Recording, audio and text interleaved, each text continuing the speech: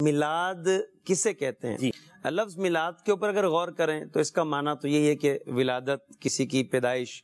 تو اور یہاں جو ہے جو ہم جس کی بات کرنے لگیں کہ میلاد جو ہم مناتے ہیں، میلاد کی جو محفل ہوتی ہے یا جلوس سے میلاد ہے، سب چیزیں اس میں شامل ہیں. تو لفظ میلاد یا میلاد النبی کی محفل یا عید میلاد النبی، تو یہ جو ساری چیزیں ہیں ان کا ایک ہی جواب ہے کہ، اور وہ یہ جواب جو ہے یہ میں اپنے پاس سے نہیں دے رہا، یہ بڑے بڑے اکابر نے دیا ہے، بزرگوں نے دیا ہے. جس طرح امام سیوطی شافعی رحمۃ اللہ علیہ، آپ نے اپنی کتاب الحاوی للفتاوی کے اندر یہ بات لکھی ہے کہ جس کو میلاد کہتے ہیں میرے نزدیک یہ ہے.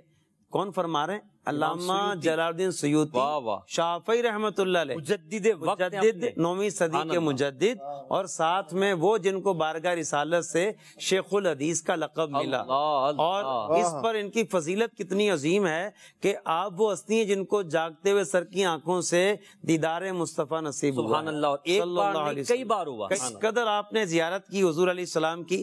آپ فرماتے ہیں میرے نزدیک میلاد یہ ہے کہ اجتماع ہو جس میں جس قدر ہو سکے قرآن مجید کی تلاوت کی جائے.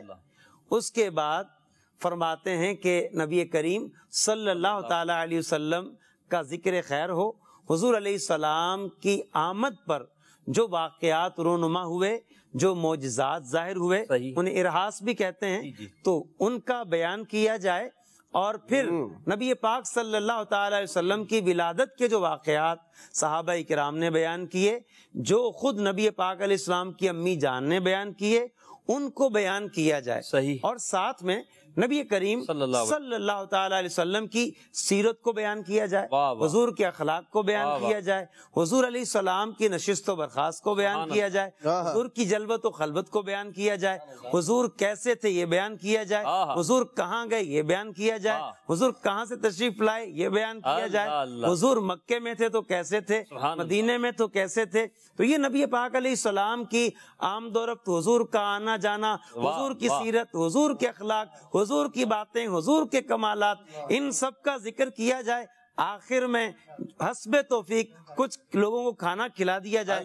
علامہ سیوطی فرماتے ہیں یہ میرے نزدیک جائز ہے، کار ثواب ہے.